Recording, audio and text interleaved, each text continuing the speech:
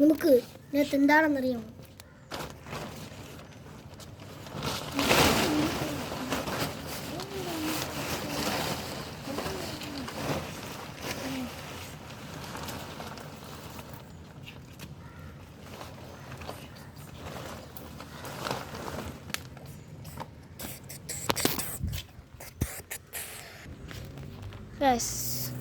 ഇപ്പം ഞാൻ നിൽക്കണത്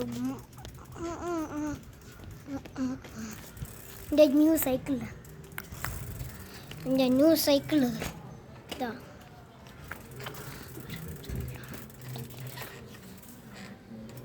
എൻ്റെ സൈക്കിൾ ക്ലിയർ ആയിട്ട് കാണിച്ചത്.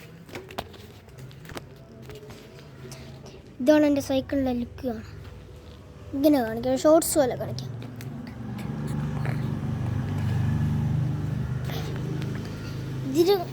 ഇതപ്പുറത്ത് സ്റ്റാൻഡ് ഉണ്ട്.